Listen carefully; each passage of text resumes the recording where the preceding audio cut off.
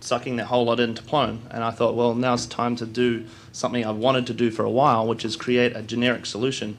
So you've got, you know, existing content out there. It all has a kind of a template, and you want to bring it all into Plone in one easy step. It's possible, right? So what I'm going to do first is talk about Transmogrifier and how that's been set up. I don't know the guys who did it, and I don't know why they didn't give their talk. But Transmogrifier, first thing that confused me is that it's not a product, it doesn't do anything. It's a very small, lightweight framework. The idea of Transmogrifier is to give you some tools that allow transformation and importing into Plone. And it doesn't give you much in that regard. What it gives you is a concept of a pipeline. So what I'm just going to step right into code and show you some of the doc tests that it comes with, because that's one of the easier ways to sort of understand it. And the way in which Transmogrifier works is that it has a configuration file. The configuration file at the top specifies a pipeline. And the pipeline is an order of sections or blueprints. They use the word section and blueprint. I don't know why. And the idea is that you have a source somewhere at the top, and that creates items. Then those items get passed from section to section to section, and hopefully at the bottom you have something that does something with it, useful. In this case it's a doc test, and all it's going to do is print out the result. In a real live system, you'd have something that inserts it into Plone, updates the content, does you know, but it's a general framework. You could use it to transform lots of different things. It doesn't have to be used for that. So in this case, this is the doc test for CVS source, which is one of the things that come with Collective Transmogrifier. I'll just say that there are two packages. There's Collective Transmogrifier, and there is plone.app.transmogrifier, I think it's called. Yeah. Over here, plone.app.transmogrifier. Obviously, there's the very Plone-specific stuff, and there's the stuff that'll work for just SOAP and generic stuff. So, you create your configuration file, you put in a pipeline, and you can use some of these very generic components. So, for instance, condition. I won't look at the actual code. So condition says you can type a little bit of a Python expression there and say, if the item that's in the pipeline has this condition, then let it continue. Otherwise, drop it. Very simple. And there's some things, for instance, inserter. This is the thing that will actually go and connect into Plone or SOAP and create an object.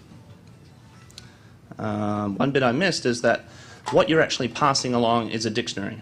So the item in question is a dictionary, and it has various pieces of information which are kind of convention as to what the keys of that dictionary are called. So if you're using the kind of the Plone sort of things, one of the main ones you'd have is a path. So the constructor one, the inserter, is going to use the path to create the object. It's going to traverse the path. And if you look at the actual code and are familiar with Plone, you see it's really very simple. Now is this the condition one?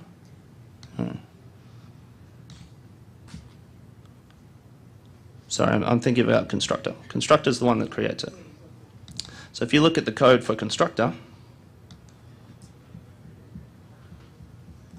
it does self.context.unrestricted traverse on the path, and then just calls the factory instance. You know, very simple. So you've got a bunch of other ones that do things to manipulate those keys. Another convention in Transmogrifier is that if it's got an underscore, that's a kind of a private thing that you don't want to actually maybe end up in your final result. So things like path has an underscore because that's not part of the content that you actually want transformed. Part of the reason for that is when we go into the Plone one, we have this, where is it, AT schema updater. So AT schema updater, what it does is take everything that's not with an underscore in front of it in the item and goes and finds an AT field and updates it. So that's probably, in the Plone world, the most likely destination of why you're transforming that content. So now I might switch to my specific example, which is the site sucking stuff that I've done. I thought of a name this morning. I'm thinking about maybe calling it Funnel Web.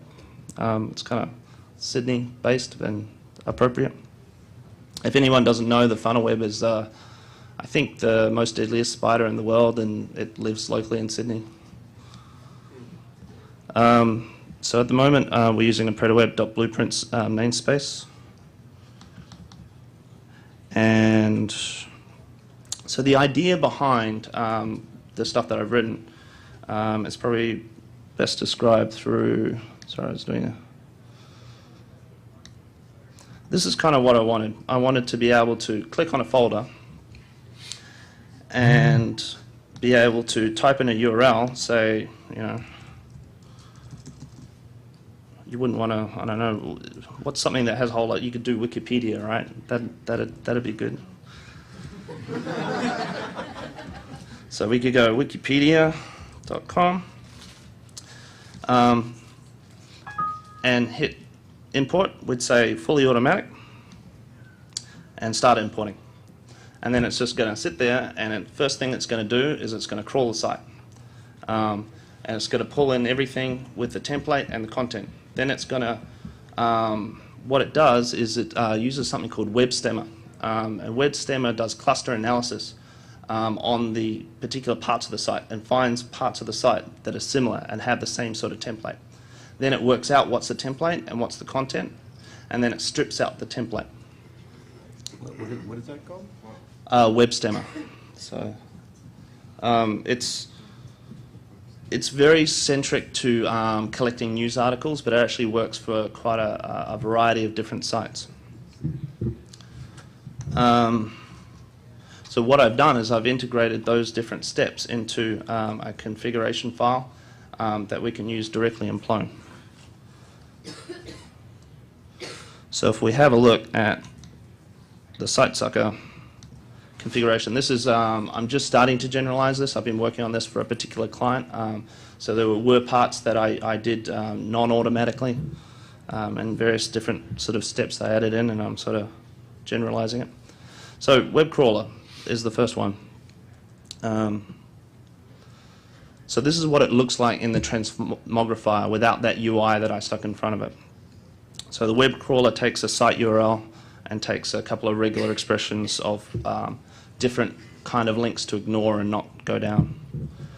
Then I've got a to-drop step, and that's I'm using the standard transmogrifier sections condition, which says that if my item has a MIME type, which is JavaScript or CSS, I don't want it to get imported. Then we've got something called tree serializer. It's a little bit badly named. What it does is it cleans up the names. It gets rid of the bad characters in the IDs of the names so that they become nice. And it also goes and creates folders. If you've got a content which has got a path which is quite deep and there's no folders in between for some reason because of the way it's been crawled, it creates Plone folders or creates items which will get turned into Plone folders. And it puts it all in an order because that creation one that we saw before, it expects the folders to be created before the content that goes in them, otherwise it doesn't do it. So then what else are we to do? I do a bunch of things to try and tidy up the content, because one of the things is that people who create static sites don't necessarily create as good a structure as we expect in Plone, and Plone, goes and generates stuff from the structure, from the folder structure, that other people might do hard coding in HTML. So I've done for instance, title from links. If I can't get a good title out of things, if there's no sort of title being generated at another point in the pipeline, I've gone and looked at all the different links to that particular document and seen and tried to pick one that I think made a good title. It picks the longest one or the most common one, I think, and also has some rules about ignoring things that say click here. So, make attachments. Make attachments restructures the content a little bit. So if, for instance, you've got an HTML document that has a whole bunch of images, it goes and says, well, I've crawled the whole tree now. Those images don't appear, aren't linked from any other document. I'm going to stick them all in the one directory and put it as a default view so that it's all kind of self-contained. And in fact, I made it a little more general so you can actually use it for things like Plone article and other things that do have attachments. And I believe once all these fantastic new Limmy-inspired UI things, then they'll be widgets or whatever they're called. So, sorry. 2 minutes. 2 months. 2 minutes. Okay, good. Okay, relinker goes and it makes all the URLs relative and make sure everything's kind of relinked, because some of these previous steps, well, they went and moved things around. So I'm using things like LXML to do URL rewriting and cleaning up the HTML. And there's various other things like workflow and construction. What I might give you just a tiny tutorial on is exactly what a section or blueprint in Transmogrifier looks like. It's based around the ideas of iterators. So when they create the pipeline, what they actually do is create iterators that feed into other iterators. So how it works is that when they get created, you get this previous bit here. And previous is an iterator coming from the previous part of the pipeline. And then what you do in your iterator section is you go through for item in previous. And you do various stuff. So in this case, getting the piece of content and setting the fields. So it's a little bit of a weird way to think if you're not into iterators, because bits of there's like all these different for loops open at the same time kind of thing through all the different bits of the pipeline, and one bit of items is passed all the way along the pipeline until it gets to the end. So that's for the programmers and who want to actually create their own sections and so on. One thing I will say about it is that debugging it is kind of painful to get your head around where you are in the pipeline, and stepping through the debugger. You have to step through all bits of the pipeline to get to where you want to go. Anyway, do I have any questions? Yep. Is funnel the web funnel product, is that something you're going to release, or? Yeah, that's the plan. Yep. Okay. Estimate? End of year? It's 2 months. 2 months. Yeah. Yeah. I mean, one of the things I want to do is just throw it at a bunch of sites and see how automatic I can get it. And one of the problems we've found, especially for this particular client project, that was one site, and it's a never-ending thing to make it nicer and nicer and nicer and clean and cleaner and cleaner in terms of the end result. But if anyone loves web crawlers and loves cleaning content and loves working with messy websites, it's a fun way to spend a Friday night.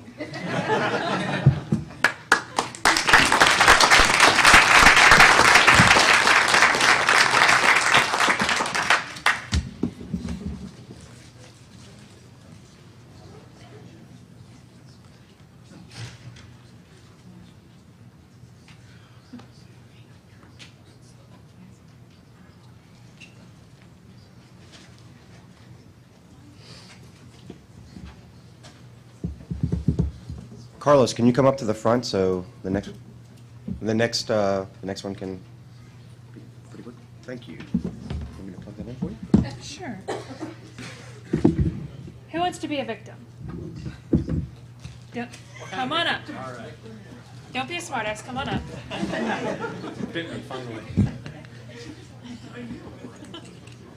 Have a seat. Anywhere up here, yeah.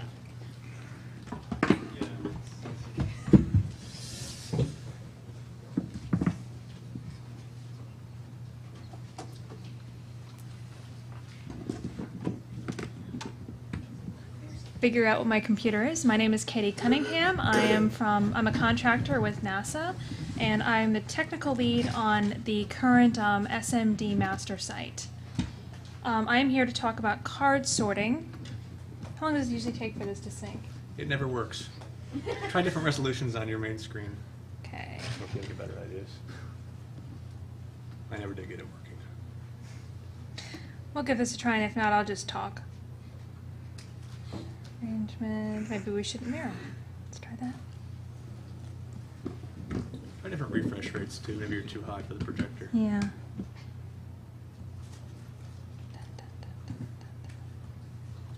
All projectors ought to have that emblazoned Yeah. on them. Do not work. Well, here are the frequencies.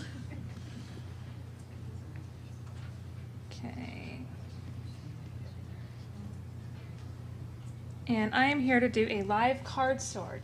So I guess that's what you're doing. I guess so. Thank you for being eager, though. What is a card sort? A card sort is a way to help you categorize data. If you have a website with a lot of data, a lot of times institutions will try to tell you how to categorize it. Oh, well, you've got to put, administrative stuff over here, and this is how we're organized, so you have to do it this way. This is more user-focused. This looks at who is going to actually be using the website and where they would expect to find data. It also gives you a warning flag on when data is just too hard to categorize, and you need to either promote it really well or think about not including it, or just make it really easy to find for somebody who might be confused. What do you need? What you need are sample pieces of site information. They have to know what their website is about, so try to get as many pieces of information as you can. Some cards. Business cards work really well. They're portable, they don't tend to smudge once they're printed on, and they're very reusable. You can also get them in sheets and just cut them out. You also need some people. Think of your audience. You can use individuals or groups. Either works for some reason. Now let's see. Here's some sample data, which you can't see, of course, but it's things like, for a NASA science site, it would be, what's an aerosol? A map of the Earth's tectonic plates. Claire Parkinson, an interview with the polar scientist, an interactive tool to look at satellite images of your state. That's the kind of stuff. You don't want to have, like, sun or, accounting. You want a page. What would you write a page on? Not a folder. Because that's actually what you're trying to get, are kind of the folder structure and architecture. The task. This is a raw sort. I'm not giving him any categories. What you need to do is take the cards and sort them into piles of things that seem similar. You can use as many piles as you want or as few. In general, this only takes about 5 to 10 minutes. Actually, while I was at lunch, I was able to do about 13. So over the hour and a half, I basically cornered people while they were eating their sandwiches and saying, would you like to do a card sort? Now you can also do a category sort. That's when you give them categories and say, put these into categories. This is good once you get a general structure, and then you can go back and if they insist on using the structure that's political or for whatever reasons, you can say, look, people don't know where to find information. It's obvious everything is in the doesn't know category. So you can kind of help your customer move towards a site that's more user-friendly. Now with a raw sort, once they're done, don't listen, you'll want them to label their piles and see what kind of labels they come up with. Once you're done, and you get a bunch of people, you can have as few as 15 to 30. You can have hundreds. I recommend staying around the 15 to 30. This isn't something you want to do over months and months and months, because the data can start to get really large and really tedious. And if you're not a trained psychologist, it can get overwhelming, or a statistician. You can actually go to boxesandarrows.com and they have tons of templates and how to run a card sort and the kind of information you should have. So you can just plug it into an Excel sheet and it will do all these calculations for you. What you're looking for when you go over the information are common categories. So for instance, does one category just keep popping up? Does everybody seem to reference it? Look for hopping items. Items that every time they always pop into a category, but it's never the same category. It seems to show up in completely different categories. Also look for data that just doesn't fit. People are having a really hard time placing it. It's got to be on your site, but nobody's going to think it's going to be there or they're not going to be able to find it. I have a huge list here of all the planners that helped me do this, and I'm not going to read them off, but if you did help me do this today, thank you very much. A lot of people gave up part of their lunch period to help me. What you guys came up with, and I'll email those out so you can see the kind of topic gatherings you guys came up with. Things like stars, sun, planetary, earth. You getting close there? Yeah. Okay. What would you call this category? I'd call it planets. Planets? How about that one? Cold places. Polar regions. How about that one? This one, I would call it electromagnetic radiation. This one? Weather. Okay. Stars. And the sun, which could be associated. Something else you want to look for when you're doing this are things that always seem to go together. For instance, I had 3 cards, actually SM right there, always went together. I found them over and over again in categories together, not always under the same labeling. I had them under, helio, I had them under sun, I had them under physics. So the kind of idea is you want those close together on your site. You want them somehow to be paired. You want things like that to be close because people are expecting to find them together. GAC is another one. You have GACE. GAC kept popping up. GAC is El Nino, an interactive game where you're traveling as a water droplet traveling through the water cycle. And what is an aerosol? This came out from everything from educational, interactive, to global warming, climate change, weather, things that are very broad. I mean, it could be anywhere on your site, but people are going to think that this kind of stuff goes together, no matter what the label is. Now, the most popular, I did come up with about 20 different categories. Then that was just going over, with about 10, 15 people. I came up with a lot of categories. However, the same ones kept popping up. Stars, sun, planetary, earth, which makes me very happy because those are the 4 main categories on our site. Global warming, which we do actually have a special page for. Education, which is actually a separate subsite. Interactive, okay, we're working on that. And weather. I mean, those are big categories people kept pulling out, so we had to make sure we had those. And those actually came up in our original study. You can actually do this. One thing that's nice about this is that it's cheap. You can do this. You don't need a $4,000, $10,000 budget to do this kind of usability study. You can do it with, a $10 pack of, and that's going high. That's like you're not going to use most of the pack. Thing of business cards, a little bit of research, and go out on the lunch. Go to a convention. Go to where some geeks gather, like ZPUG, or where your audience is. Go to schools, and just do it over a lunch break. And people are usually, oddly enough, very willing to sit down and sort some cards with you because they see it as kind of a game.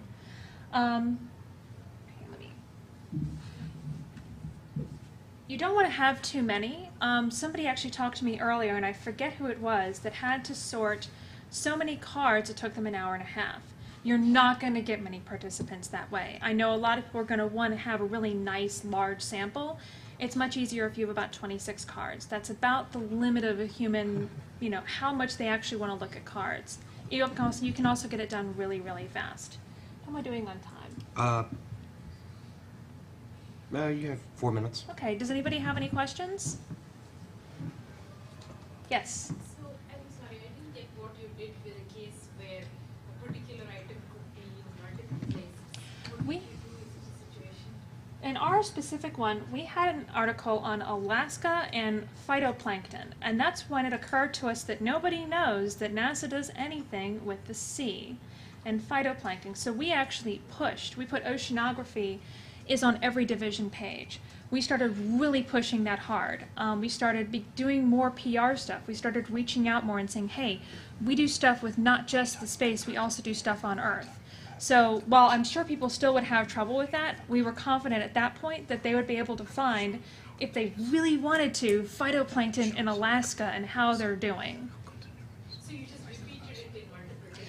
Yes, sometimes it's a promotion issue. You just have to get something up there and out and so people can see where it is and that you're doing something. Otherwise, they just may not know that you're the kind of people that would do that. Yes? So I understand 26 cards is a good set to do with the topical sort. What kind of set of data does that represent? Is that 1,000 web pages? Is that 10,000 web pages? It can be any amount. If you have 10,000 web pages and they're all totally different, you may have a bigger problem than the card sort can help you with. So, you know, but this is, we have quite a few pages at SMD. I'm trying to come up with a number, and I don't see anybody here who can help me with a hard number on how many we have. A couple thousand though? It's a lot. And we had a lot of pages we were trying to, you know, ingest. So yes, 26 cards, if you select them, you know, carefully enough, if you try and make sure none are identical to each other, because duh, of course they're going to go together.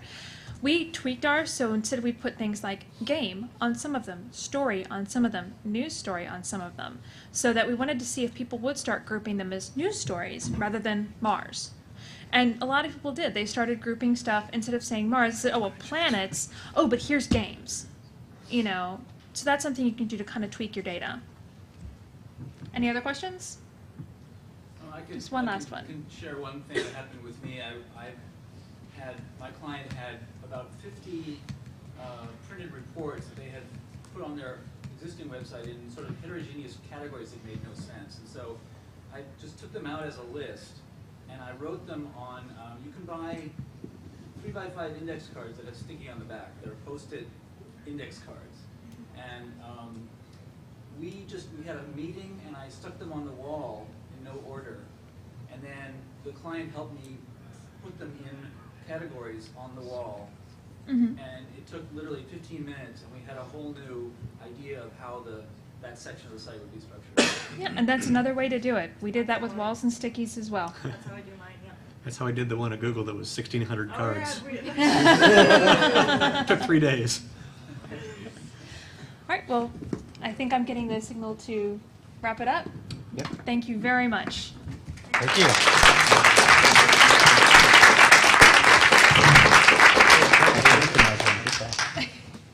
Great talk.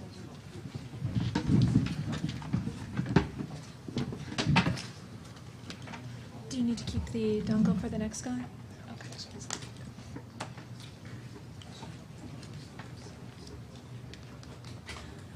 Mirror all the content from a Plone system into a relational database, and he did it in a 4-hour flight.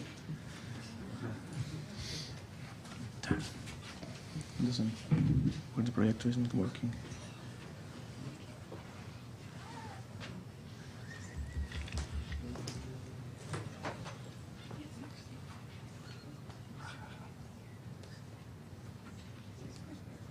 Is something which allows us to get the content out of Plone in a very transparent and very easy way into a relational database.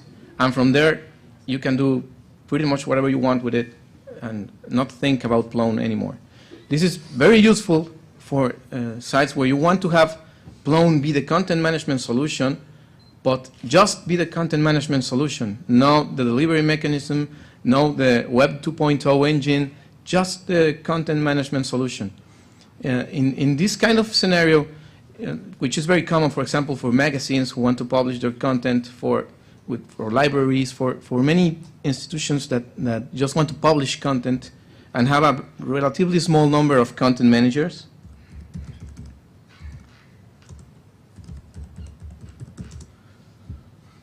Oh, it's not working. I had it work at my talk yesterday. It worked with this computer. Right now, okay. Maybe you need to just restart it. I don't know. Yeah, I guess we can try that. We had some issues during like in-talks yesterday. Oh,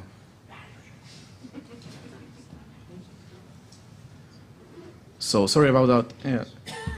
What I think you can do with this is use Plone for what it does best, which is manage content, and get a group of content managers to really work well with the content, and have a very separate audience. Use the front end, which also will have the benefit of not pounding Plone for every visit and every request.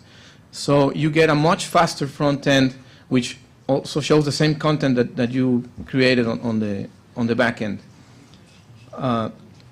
This will be a lot faster than using Plone directly to deliver the content. And for some scenarios, that's just what you need. The approach I took was to generate from the site of the content. Many clients want to have one CMS and not one Plone instance for every different website that they have. They want to have one single Plone CMS and maybe create a dozen websites from this content, but have only one organization overlook the content and only one team of people be responsible for the content, and not having like 4 or 5 different copies of. Computer, I'll just plug it in. Does it have any battery charge, or is it immediately going to? I need the connection because the performance is like 3 times better with the battery turned off. So while they connect the machine, the idea is to have, what I have done with the Library of Congress in Chile is to have a single website, a single Plone website to manage all the content, and we have a way of selecting content from this website and creating particular websites which may not reflect the structure of the content management site. You can create your own content structure, and then you get produce a front-end application which is Python-based using Repose BFG, which is a web framework, lightweight web framework, very flexible, which you would do well to get to know soon. And it uses this new web application to present the content, to use the front end. The benefits are that you get a great CMS on the back end, you get a team of people who work on the CMS on that back end, and you also get a very fast and very flexible front end without all the functionality from Plone that you would not need for the end users. You don't need, in many cases, if we are not talking about intranets and we are discussing, for example, the websites of magazines, you don't need workflow, you don't need content rules, you don't need, maybe you don't even need the portlet infrastructure, and you want to add some things that usually slow Plone down a lot. For example, comments, Web 2.0 features. Those are really not very doable inside Plone because, for example, if you use a poll and do constant writing to the CODB, you're going to find that your performance goes way down. Well, at last I see my screen there.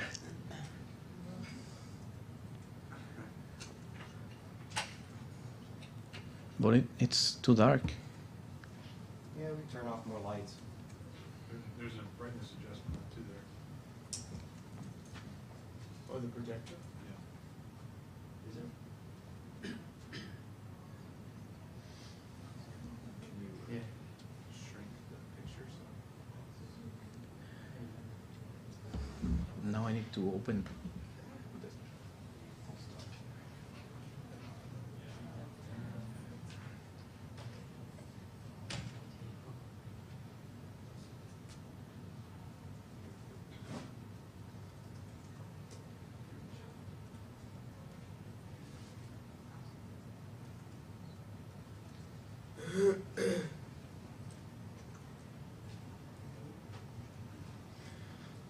So while Carlos is doing this, I can tell you from another parallel effort that's happening, how this is being used on another site is a website the Plone site was being built by a consultant. This website gets slash-dotted probably once every 3-4 weeks. And this is the 4th content management system they've used in 7 or 8 years. And they really, really, really liked Plone. So they implemented it using, the consultant implemented it using Arch and XML. It took about, I think, maybe 80 hours for the entire website to be have whatever content types are created, and then they ended up migrating all the content into the Plone system. And when they went to put it live, the performance was very, very slow. There had been no benchmarking before at all. So I ended up helping them put varnish on the site. And after we put varnish on the site, it went very fast. And now the customer's saying, well, we want this thing to have lots of interactivity. So there's two options. There's either very high-end JavaScript development that has to happen, and then you can serve these cache pages, or you just have to have a very custom front end that's going to be fast. So after challenging Kapil to write Content Mirror and getting him some free audio equipment, we have the system up and running and it's running quite fast. I mean, basically as fast as you can imagine a site going. And how this is in turn being implemented is the Plone system, you have Content Mirror, which is dumping to a MySQL database. That's what the customer is wanting to use. And then a Pylons front end, which is a little bit different than repos.bfg, but it's very, very thin layer of a very thin layer that's on top of the relational database. The only thing this is doing is making the URLs, showing the templates that have been moved from page templates to Mako, and querying Solr, which is a Lucene-based search engine. And so for a great example of this is we have Content Mirror working. This probably took just a few, maybe a day or two to get working in the system. We found some bugs. We fixed most of them. The biggest problem at the point of getting the system ready was the customer saying, all right, well, now we need search. We plugged in collective.indexing, pumps the data into Solr. Now the Pylons front end just uses Solr to do the query, and since the data is in sync, it's always in sync. So you get all this infrastructure by using Plone for free, and with the sort of decoupling the front end by synchronizing the database, you have all these options that haven't been possible before.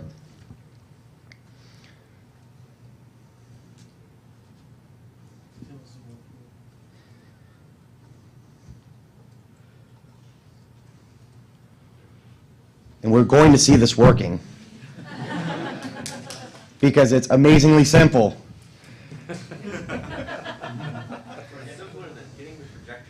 It is simpler than getting the projector to work. It is simpler than getting Linux to work.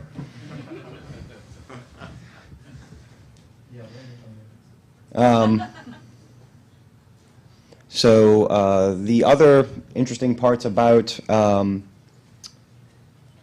This is Plone starting up, so you can see it takes a sweet time to start up. We all know that pain. Let's wait for Plone to start.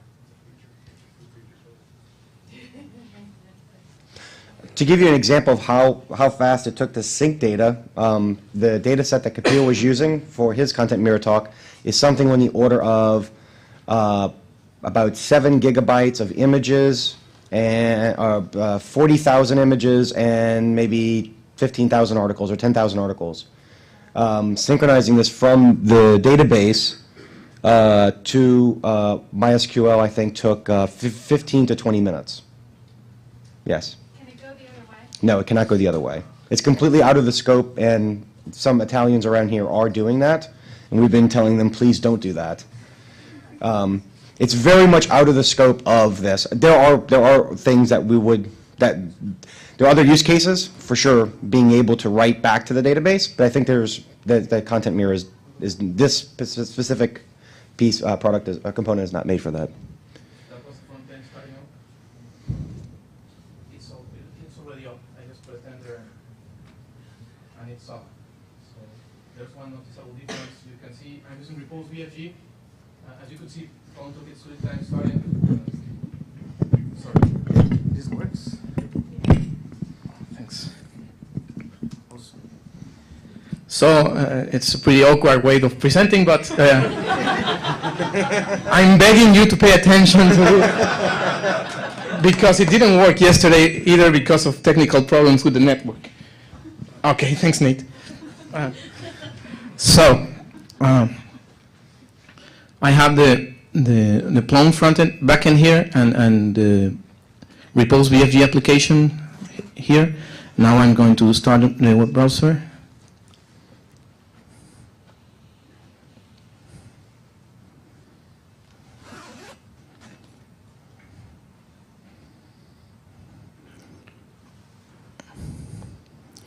Okay. As you can see, the only tab that has loaded is the one that has the front end. The other is still loading. I will get to that later. So we have, on the Plum site, we have all the content. In this case, I set up some example content here, a few articles, which you can see are inside of Plum. And we also have the websites, which is the actual website that the user will define. I have here a news portal, which is a website. You could add a new website from the menu. Right now, let's use this one. And inside the portal, you can define sections. There is a site root, which is the content that would go on the front page. And there is a sections which you can define. You just create a new one, give it a name, and you select some content from the website which you want to include inside of the section. To select the content, you just go to the Edit tab, and you have a reference browser widget, and you can choose any content from the site. If you choose a folder, the whole contents of the folder get inserted into that place. I'm not going to show this right now. Okay. Once you have that, you can also create layouts for your pages. A layout is based on the grid by Yahoo, and you can define how your layout looks. You can have columns and change the body size, or create a navigation sidebar, which goes here, and you can generally add whatever number of columns you want to the grid. And once you're done with that, you have a layout which you can use to. Okay. Once you define the layouts, you have a composition page, which is here, and you can pull different stuff from the site into those slots on the composition page. You can change the views, similar to the old composite page stuff, but it's very easy to create new viewlets and stuff. And all this content gets pushed into the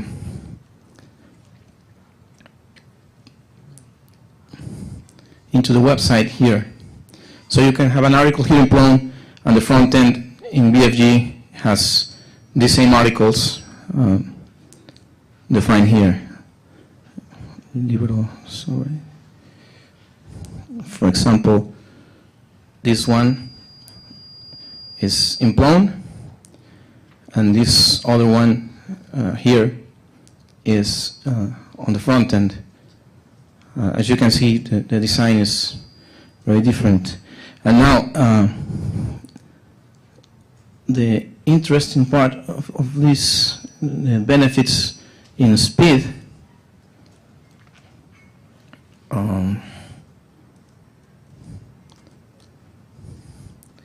let's measure how long Plum takes the Plum content. This is the Plum website.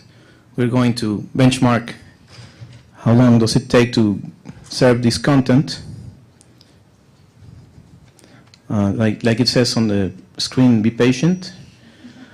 There it is. So we have 7.23 requests per second. And now let's hit our front-end site.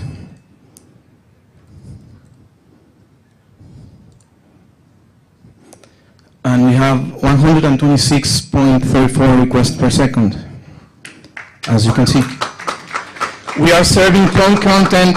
It's not static content. It's dynamic in an application. It's reading data from the Postgres database. It's generating the breadcrumbs and all the navigation dynamically, like you can see here.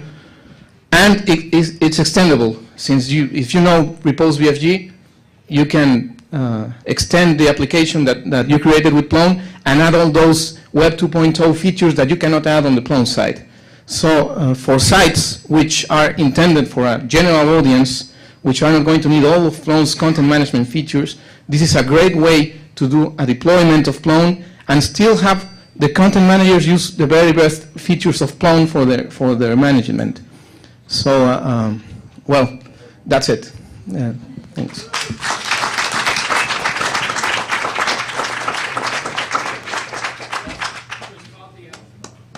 Yeah, okay. Because it's not clear for me the difference between this solution and like the solution of having two clone skins and then dumping the, like let's say, customer-facing skin as static files